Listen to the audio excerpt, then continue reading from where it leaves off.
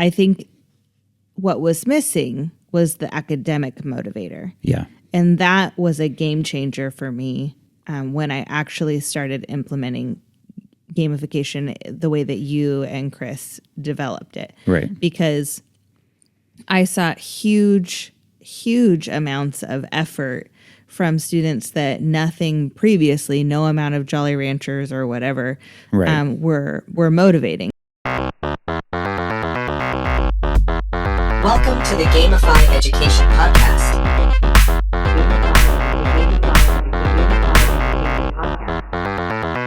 Hey, baby, how you doing today? I'm good.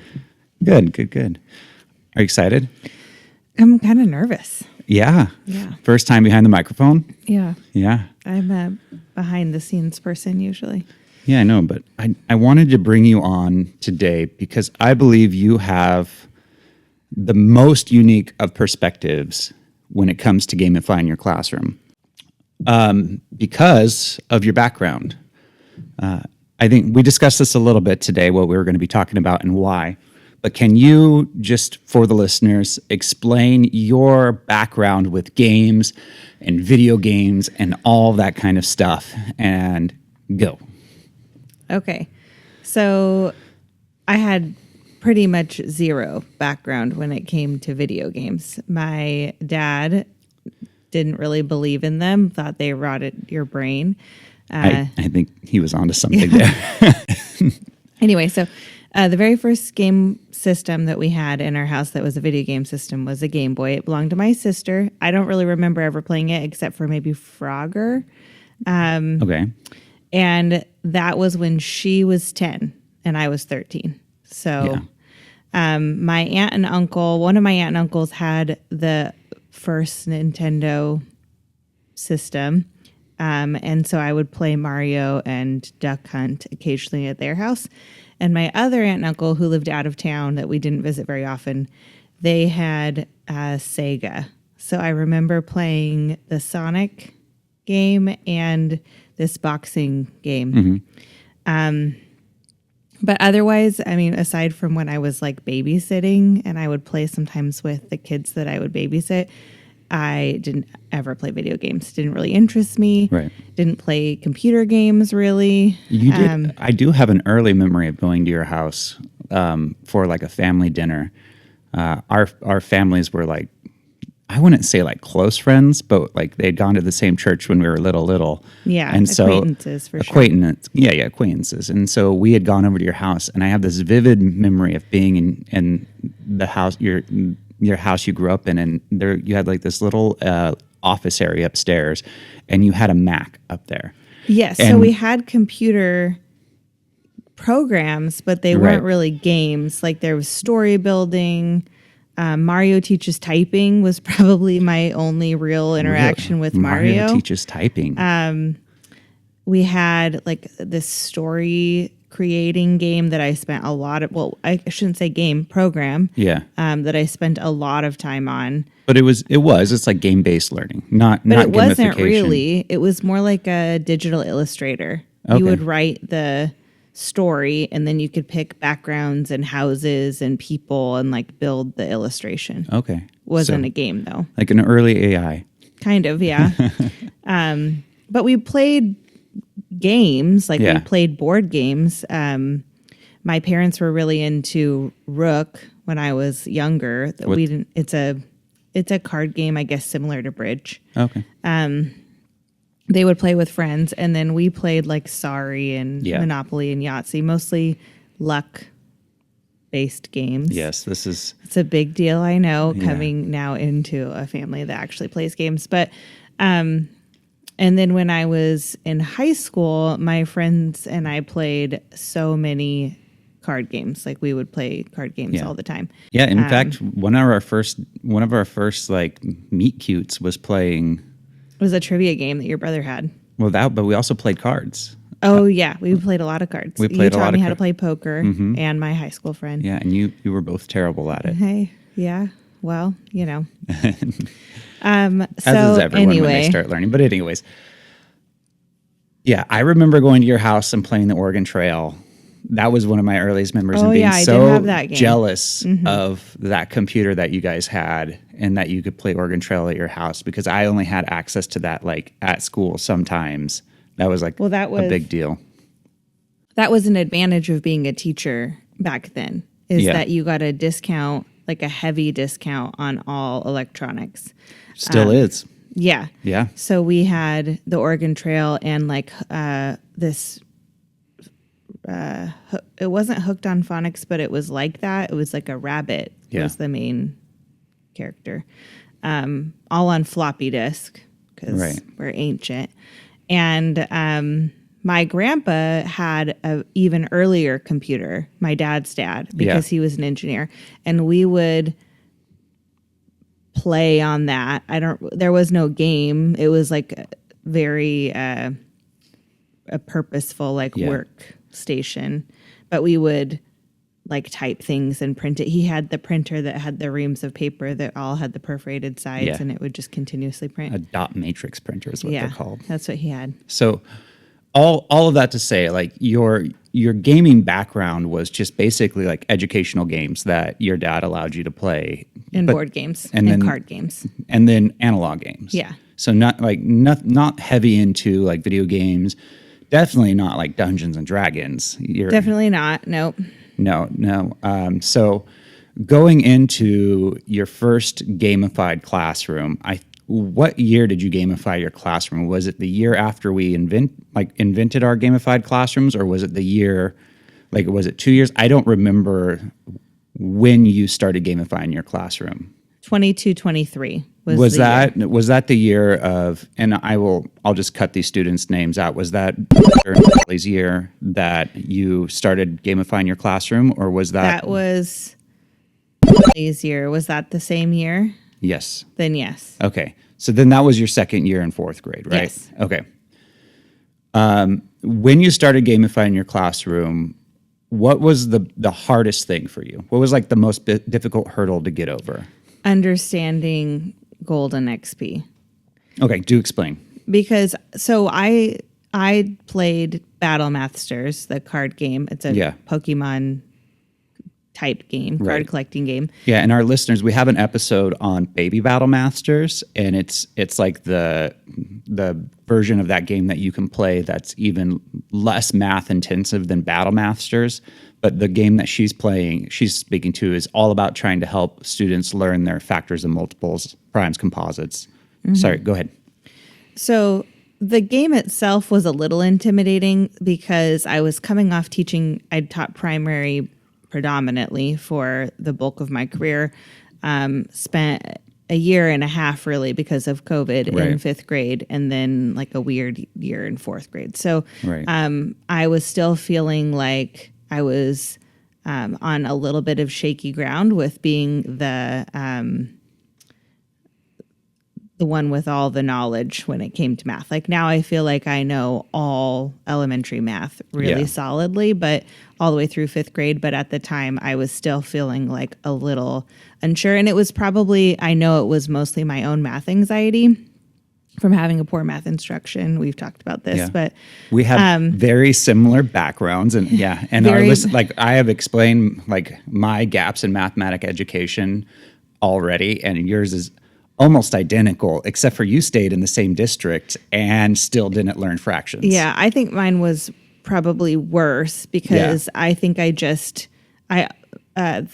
ELA classes always came so easily to me that I just in my head was like, well, I'm not a math person, and so I'm going to be an ELA person. And even when I went to college, this is a whole big segue, but I didn't even think I was going to be a teacher. I thought I was going to be doing something with English. So math was not something that I was interested in and felt really anxious about. And so implementing a game where the mechanics of the game is math-based caused me some anxiety.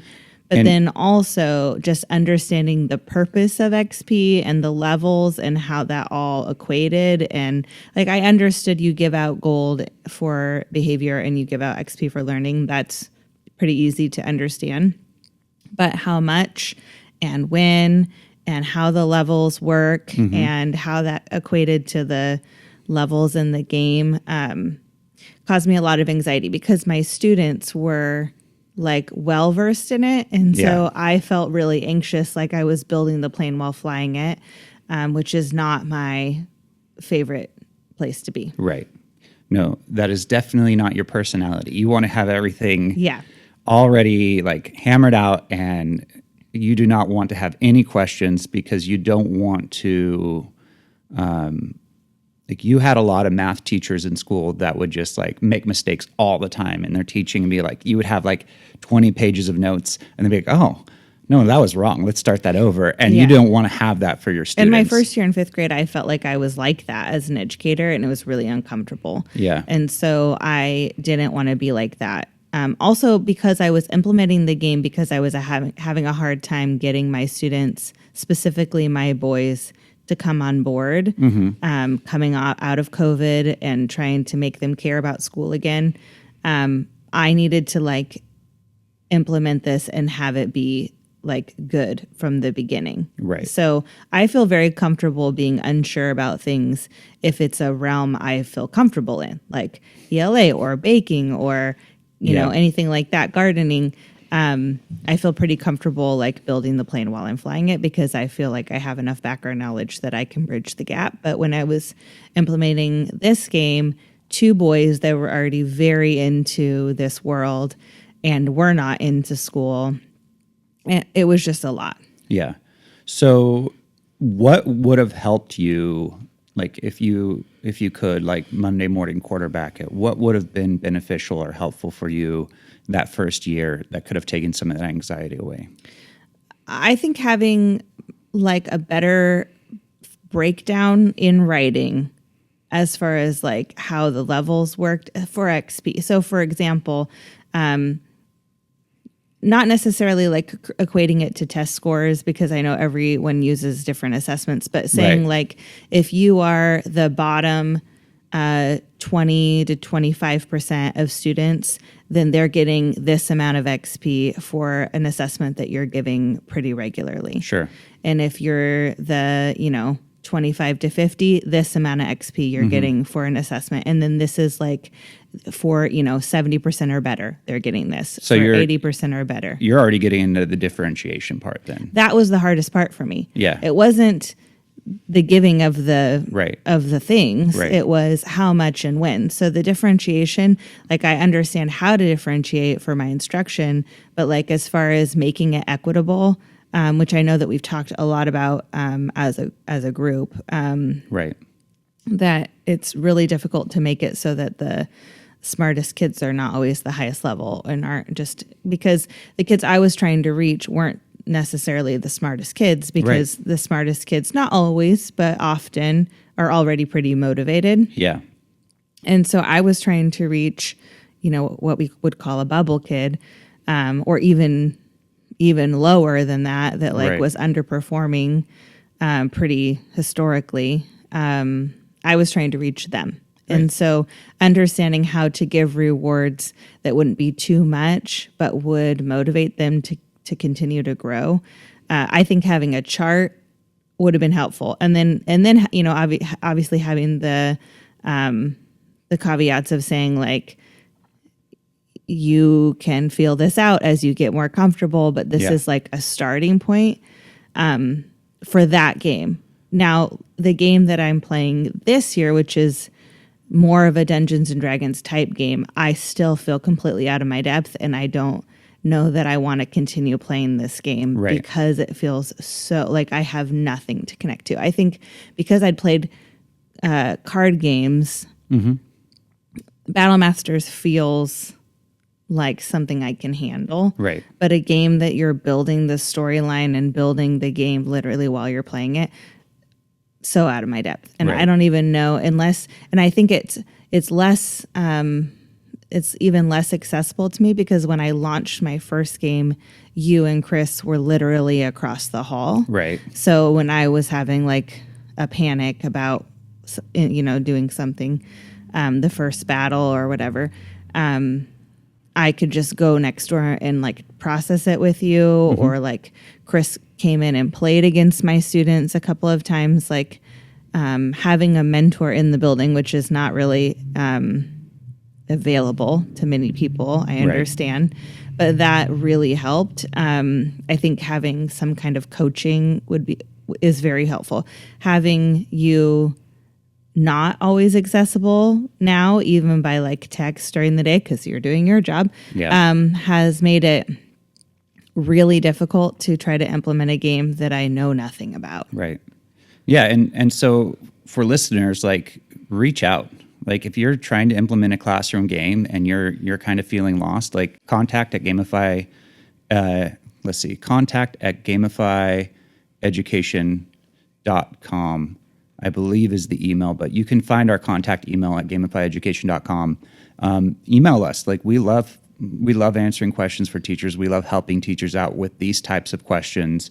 Like, we're here. That's kind of what our goal is, empowering students to become the best version of themselves, but that's going to happen with teachers first. Like, we have to help teachers first. And I think having teachers start with a game that does connect to something they know. Yeah. Because, like, obviously Battle Mathsters is pretty predominantly fourth grade math, but you could stretch it probably to fifth and sixth. Well, we're moving that one actually to middle school because it's so easy. So there are so many gaps in middle school, and it's an easy gap filler. Right. But I'm saying, like, a card-based game was accessible to me. Yeah. But like other games that we have or that Gamify has, like the Racing Dragons or versions of that, I mean, that's just going around. I mean, that's like Sorry or Mario Kart or several games like people that have connections to. Right. And so you can change, because that one doesn't have any academics built in. Right. It's just going around in a circle. So that one, I think, like, picking a game that you can connect to, especially the first time you're implementing a game, is pretty vital. And then, yes, reaching out. But if I would have tried a dungeon-style game my first year, I wouldn't have finished. So let me ask you a question. If you were to give an assignment, and let's say you're giving a quiz, and I'm going to make the XP super simple, like 10 XP for this quiz is going to be what the average student gets. In your gut, what would the multiplier be for, let's put the students into 4 tiers. So far below, so that'd be red, yellow, green, and then blue is above. So red would be far below, yellow's like a bubble kid approaching level.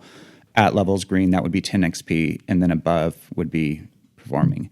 So how much XP would you award your bubble kid if they pass the same quiz as an average kid? How much XP would you award? Like 15. Yeah. Probably 5 more. And then for the far below student? 15 to 20, I guess. It would depend on how. And then would you, for your high student, give them less? I would keep it at 10. 10. Funny enough, you use the exact same multiplier I came up with, which is the students who far below gets twice as much. The students who is a bubble gets 1.5. The student on level gets 1 times 1 multiplier. So it's very rare that now that I'm teaching higher grades, it's very rare that my really low kids are able to produce on grade level work at the same level. And so at that point, you need to differentiate by making the assignment, giving them something to access the assignment, like an accommodation, or by changing the assignment to fill a gap so that it's an assignment that's at their level or filling their need, and then giving them the same XP as the average, right? Right. Or if I'm not going to adjust the assignment because it's coming out of the workbook and I'm just having them attempt it, then I give them like 5 or 10 XP just for attempting it. Sure. Yeah. So I understand the XP is for learning, but for some kids at that point, when they are in 5th grade and they're working at a 1st grade level in math, attempting grade level work, I'm not going to give them full XP because they haven't actually learned it, but I am going to give them some. Right. Because they're learning something. Discouraging. Like, they're still learning regardless. Like, just because they might have needed help walking through it or whatever, they're learning something. They're picking up some of the math, but they're also learning the skill of how to get through an assignment. And just socially, sometimes they don't always want something different, even though we work Yeah. so hard to make differentiation acceptable and Right. even kind of hidden, so it's Right. not like embarrassing. Sometimes they just want to sit and do what everyone else is doing, and occasionally I'll let them for the social aspect, even if it's not they're not gaining a ton academically from the assignment.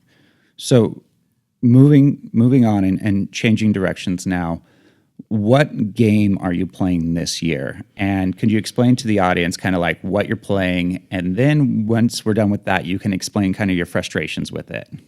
So I'm at a private Christian school this year for the first time. I spent 15 years in public education, and this is my first year in a private Christian school. So you did, and I'm not taking any credit for this because you created this, but it's a Dungeons and Dragons type game, but it is Bible based. Yeah. So it's based on this movie series, it was actually a Hanna-Barbera cartoon series from the 90s? late 80s, early 90s called The Greatest Adventure. And so it's this archaeology dig, and the young adults that are helping on the dig, they fall through the ground down into like a hidden temple kind of a thing. And so as they're exploring, they end up accessing these different Bible stories. And so they go through like doors, or they fall through into this other So you're time. reusing the magnetic tiles that Chris and I had created for our classrooms. That was our classroom game, the 8 Heroes game, with our dungeon, and you're repurposing them. So I in your showed them classroom. just the beginning clip of that cartoon, and as I introduced the game, and I said, "Look, we fell through into this dungeon, and then temple, and as we are exploring it, then you're exploring these different Bible stories." So they're kind of moving around this map. And then every once in a while, they'll reach these gem icons that we're calling side quests, and those are the Bible side quests. And so they're based on different Bible stories that we're studying in our Bible curriculum, and they have to do a task and things like that to collect the armor of God. But just like I played a kind of a combo game one year in 4th grade that was a map connected to Battle Masters, and so they had to collect they had to go around the map, and they could still buy their Battle Masters cards with their gold, or they could collect them by like catching them out in the wild. And so it's similar to that. So the number of spaces that they can move is based on their level, the digit that's in their tens place of their level, and so forth. Except for this year, I have them in partners, which I've never done before. And how do you like that, by the way? Chris swears by it. He says it's the only way, and I'm still kind of like, I'm not completely sold. I think for this game, I really like partners. Okay. I don't think I would like it in Battle Masters, even the map hybrid version. And I think the reason is that there's a lot of downtime in this game. Whereas in Battle Masters, they were collecting the cards they could play all the time, even if we weren't doing it like as a class. They could play with their cards, they could look at their cards. But in this game, even moving every day, there's still a lot of like, it takes a lot of days for some of them to like move and access anything on the map. And so I think the social motivation has been helpful. Let me ask because this might be a hole that I'm just now filling for the map movement. How many spaces do they get to move on the map? However many spaces is the digit in the tens place for their top player. That's correct then. Yeah. I have had quite a few students move, and so I've had to kind of create partners that are not as balanced. Yeah. Because of kids moving. It's been interesting. I think that it would be easier to have more data to work off of, because I was just kind of sorting my kids just based on like what I see in class and not a lot of assessment data. So some of my partnerships are not very well balanced. Sure. And some I thought that the kids would be, my higher kids would be more of a leader, and they've barely moved at all on the map because they're letting their lower player kind of drag them down. But I still think that for this type of game, a partnership is helpful. They'll like discuss where they want to go, and they'll motivate each other to do the side quests, because those have been very difficult. Again, not having a lot of data about where the kids were coming from. Right. They're a little bit more difficult. I might have made them a little too challenging. Yeah, anticipated. So I think having that motivation of saying like, hey, you want to work on it tonight? Let's get together. Was helpful. So here's my question. First, maybe before the question, just to explain, when we say partners, there are two people whose XP are leveling up one character. And so they have a shared character in the game. And so it's the twice amount of work basically going into one character. And so they're sharing the character in the game. That is the reason that Chris started doing that, was because as a middle school teacher, it was too much to have 150 characters. And so he cut that in half to 75 characters by having students share a character.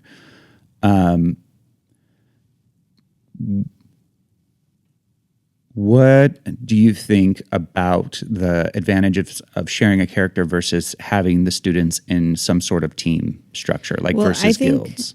I think if I were to continue the partnership, I would change the way that I'm doing XP for leveling. Because right now, each person just levels up their own selves, and I just pick the higher amount to be there who's moving. Yeah. But I think that next year, if I were to do this again, that I would have their character name and all of their XP together in combination, be dumping into that character.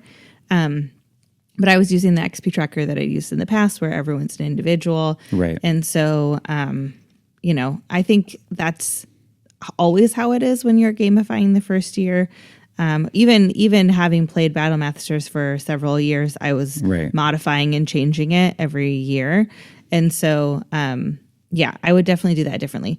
I think that I only have 18 students. Right. And which isn't like my classroom small. Breaks down. It's just a very different physical space. Right. So we have like banquet style tables that break down almost every day. Right. And so they're used. Those same tables are used for many other purposes in the evenings throughout the school. So I can't put name tags on. So the team aspect is kind of hard. I did it with Battle Masters, where they would work in a team. Mm-hmm. And I did it even before I gamified. I did more of like a Harry Potter house system, and they were in a team. Right. And I really find a lot of benefit from that. But I really think that it really needs a physical space that doesn't have to, isn't as multi-use as the one I'm in right now. So for this space in this school, I think that the partners dumping their XP into one character is the way I would go. But if I was in a more traditional classroom with desks that remained, in the classroom, and I could put name tags on and all that, I think that the team would be good. I mean, already some of the side quests, to access them, you have to have another character come and help you. Mm-hmm. So there's naturally a team aspect forming. Right. But it would be nice if they were sitting together and they could talk about it more, and have it be a bigger deal. Right. Question. Are you going to continue with this game and down this road of trying to understand how to use this type of role-playing game, or are you going to use Battle Masters next year? I think I'm going to go with Battle Masters, and it's mostly due to the fact that it academically aligns with my curriculum. So in 5th grade at this school, I teach factors and multiples, prime and composite, and we need more practice. And so I think that it would be that's fair.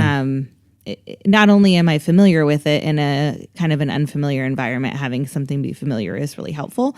But I actually think that academically it's more useful because it's a game, but we're also learning the math. So this game, the greatest adventure game that we've made, you said like your complaints have been that like the students aren't doing enough on a given day. It's not it's not fast paced enough with Battle Masters. They could go play the card game that came with it if they had downtime. So there was stuff to go with it. So if we were to create a like very clear user manual where it's like crystal clear on what to do in every situation, if we dialed in the difficulty of the tasks, if we made it so that there was more going on in the dungeon, would this be a game that you would be interested in playing in a different context where your students don't need help with prime, composite, factors, and multiples?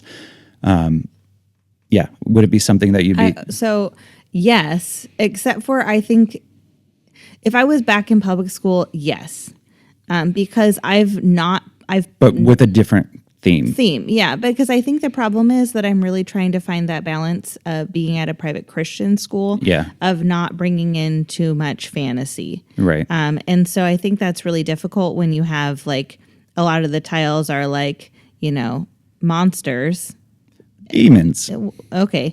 I just think that I'm not very comfortable. Sure. On the fly coming up with a story that matches that tile. Right. And so I've purposefully not put up to some tiles. I've just been sticking to the kind of boring ones because it's really difficult for me to all of a sudden, like, now there's poison gas. Where did that come from? How does that align to this story? Now there's these monsters or demons, whatever. So if we had gone through and made a purposeful tile set for this game. Yes. Would that be something you think would be beneficial for private schools, like for private Christian schools, if we had made a game that is biblically based, that is the tile set is... For sure, if there's enough interest. But I just don't know that there's a ton of interest. Well, I mean, I'm sure private schools are going through the same problems that we're going through in public school. I know they are because then, when you could do the plagues, you could do things like that that really do align. If you're at a private Christian school, and you're interested in doing something, working with us, developing something, reach out. We would love to. I think there's a lot there. gamifyeducation.com. We have contact there, so reach out to us or hit us up on Instagram. I don't know. Yes. But this year, trying to just improvise using the pre-existing tiles, it's been difficult. Whereas Battle Masters, I don't really have to worry about that. Pretty much every parent, that even if they're not super into like magic and things like that, they're fine with Pokemon. And so it's enough of a bridge for them. But I think, the academic piece is valuable enough that even if we had the tiles all worked out, I think now knowing that this is part of the 5th grade content. Battle Masters, by the way, are going to be available for free to print on our website, that you can use that same game that Katie's talking about. Again, we're just trying to get things out into teachers' hands so kids could learn. Switching gears for a second. We have not pre-gamed for this podcast at all. Basically, I haven't talked to you about the questions I'm going to ask. We haven't really done any of that. So this question is completely out of nowhere. But I want you to answer honestly. I want you to imagine in a world where you are not married to the co-creator of Gamify Education.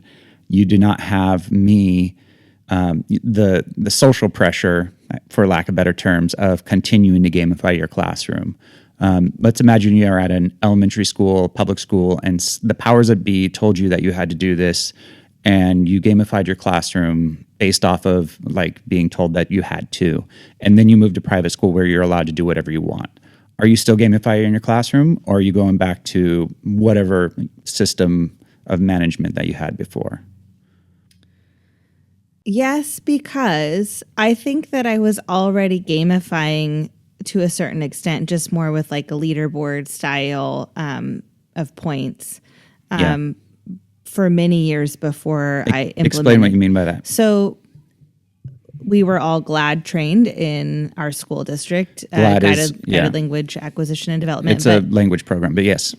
So they rely heavily on teams and team points. Right. And so I've been doing that. I mean, gosh, almost from the beginning, if not I was trained in that my first year. So that was a huge part of my classroom management, even in kindergarten on up. So it was still a points-based system there for academics and behavior both. Yeah. But it was all in teams. And then like rewards, like with a treasure box and things like that for extremely positive individual behavior. And then when I went to upper elementary, right before COVID, 2018 was my first year in upper elementary. I had gone to Ron Clark Academy in Georgia and brought back the house system, but our school wasn't doing it. It was just me. And so I used the actual Harry Potter houses. So I had my students sorted into houses, and I was giving rewards for both academics and behavior using our school PBIS system, but then also using just team points. So what you're saying is like the things that we're talking about are the things that Gamify Education is trying to have like put out there. They're not all that new. No, it's just a different way to think about it. I think particularly with the academic piece. I think that the behavior piece has been gamified for a while. Okay. Social pressure and points and rewards for positive behavior. That's been a thing as long as we've been in education. I think what was missing was the academic motivator. Yeah. And that was a game changer for me when I actually started implementing gamification the way that you and Chris developed it. Right. Because I saw huge amounts of effort from students that nothing previously, no amount of Jolly Ranchers or whatever, were motivating. And it wasn't always like in the way that I would have anticipated it. So, for example, my one boy, my first year gamifying in fourth grade, historic underperformer, kind of a jokester, not a very good home life, always in trouble outside of my room. Right. When I started gamifying, I didn't start until December. And he had never read a book like that he wasn't forced to read ever. Right. And as soon as I started giving XP for AR points. He literally, and I do mean literally, read every single half-point nonfiction book that our library held. In the school? In the whole school. Right. I mean, I think he read something like 29 books in 2 months. Right.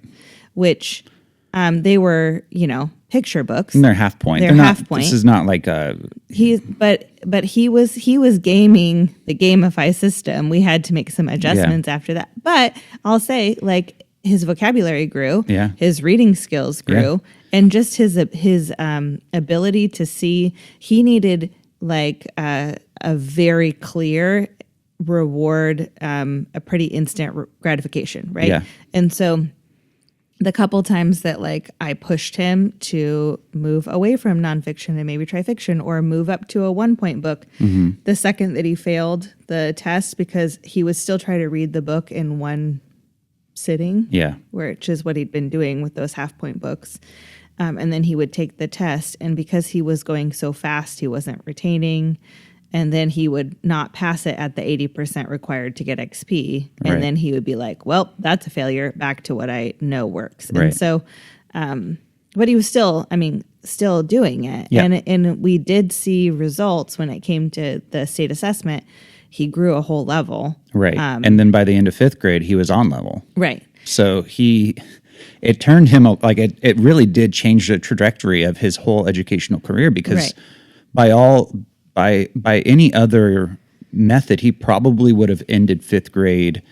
Level ones. I mean, he was level ones. And which would mean that basically a non-reader. Like, and And like I said, this was already a school that had house systems. It was already a school that had game mechanics but it was mostly tied to behavior. Right. And it wasn't really motivating him academically. And, you know, obviously school does work on behavior. Like we teach them how to be humans in society. Right. But our main job is educating them.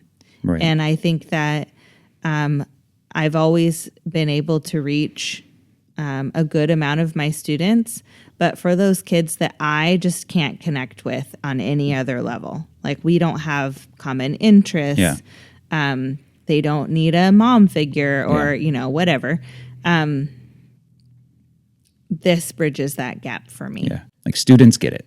Right. They understand XP, they understand levels, they understand leveling up, they understand all of these things because they were raised on it. It's intuitive for them. And so when you tell a student like, oh, you need to pass this quiz and you'll get a level 3, they're like, okay, what's the level 3? Proficient. Okay. Well, if you get 100%, you're a level 4. Okay. That's above level. Okay, above level's cool, but like it's not meaningful to them. But if you tell them you pass this and you get 15 XP, or if you get it perfect, you get 25 XP, there's something that they can attach to because they've been playing games so long. They're already so well versed in that world and in that grammar that their brain just goes, okay, right. Let's go. And if you say your character is a level 4 versus like your score is a level 4, suddenly it has meaning to them because they understand that being a level 4 trainer or a level 4 whatever in the game. So yeah, I would continue. And I think I just prefer more physical games because of my, you know, background. So I think that I would try to do more of a card collecting style game, no matter, you know, if I was playing Battle Masters or not. That's probably what I would lean on in the future. I just think that I am more comfortable with it. And so therefore my students, I'm more willing to do it with them more often. Yeah. Do you need another map built next year? No. I'm going to play Battle Masters. I know, but you had a map for Battle Masters. Yeah. I think I want to try it one year just the OG way that I played. Just in the classroom. Yes. No technology, so no map. So the difference, the year that I implemented the map was the year that third grade had full on gamified. Oh, that's right. So the kids came in already having played a classroom game for a full year, and they were already into it, and they kind of wanted a map. They wanted the complication. Yes. They're like, we're ready for more. And also with Racing Dragons, there is a map and they're going around. Right. And so they just, that was like a translation for them. But then the next year, kids didn't really need that. They were fine with just playing normal. So I think it's just a year by year basis. I know that no one in my current building is gamifying to this degree. Right. And so I think that just playing normally will be fine. But if I get bored or if they seem to be getting bored, that's the cool thing about gamifying is that you can always add something new to refresh it. A new level, a new character, a new bad guy, a new whatever. And so it's really difficult to be bored if you're doing it right. Yeah, that's a great place to end, because when we're talking about gamification, like our big thing is bringing it back around to fun. Like we want to have the kids have fun doing the work that's not fun. And Gamify Education believes in motivating students through these tools so that we can bring fun back to the classroom for the students and for the teacher. And you are our best case like scenario of a teacher that has no experience gaming, has no experience with the language or the grammar of video games. And you are the success story of the teacher that is like, yes, these tools work. Yes, I can do these things. And yes, I would continue to do these things. And they're fun. And ultimately, everything's for the students, right? We want the kids having fun because we want them learning. And I think the first time, I know we're wrapping it up, but the first time that you see a kid, like I'm remembering this girl in particular, you'll know who I'm speaking about, but she was an immigrant, didn't speak English when she first came to the school. She was brilliant and she worked really hard and ended up just phenomenal growth in math. But she was playing Battle Masters my second year, I think. Maybe my first year playing it. I don't remember. But there was this card in particular that everyone wanted because it's a fun card. It's a dinosaur card, but you get a free card with it, which makes it even cooler because it has eggs that like hatch. And so if you can buy this that is cool card, then you get this other card. And so I had told them, like, you can't play this level 5 card until you're a level 5 trainer, but there's only a limited amount available because in one deck, there's only 1 or 2, maybe. Okay. And so she saved all of her gold to buy this card and just kept it until she could play it. But when she walked over to buy that card and like had it in her hand, she like fist bumped. I mean, this is a kid who fist came pumped, like fist pumped. Everyone was cheering and clapping. She's like cheering. I mean, and this is a kid who came from Syria, like a war zone, hadn't ever played video games, and so to see her engaging and like being so excited, and everyone being so excited for her, and having her like not be the kid that came in with all that knowledge, like that and. This girl and then my boy with the 27 half-point books are the reasons why I'll forever gamify. Because I have other kids that, you know, we had a shared student who went through like 3 math levels, the grade levels of material because of gamification. I have a kiddo this year who's gone through almost 2 levels of grade math. levels worth of math. Because of gamification. But those kids were already fairly motivated. Yeah. But, and so was my immigrant student was motivated, but like this, the social aspect of being able to jump in with no prior knowledge and be part of this community and like everyone being excited for her. Like it almost makes me a little teary because it's just those moments are something that I will never forget. And that's why I will forever gamify because it motivates, but also like, you see these kids and you see this, and of course there are other things that work, but this I see pretty universally creating this community where kids are celebrating wins for each other, and that it's like this common community, and you don't have to have previous experience in gaming to access it. What a beautiful perspective. Couldn't have said it better myself. All right, Katie Ann. Well, we are done, and there's nowhere to go because we're at home. So I'll see you the rest of the day. Okay. All right. Bye.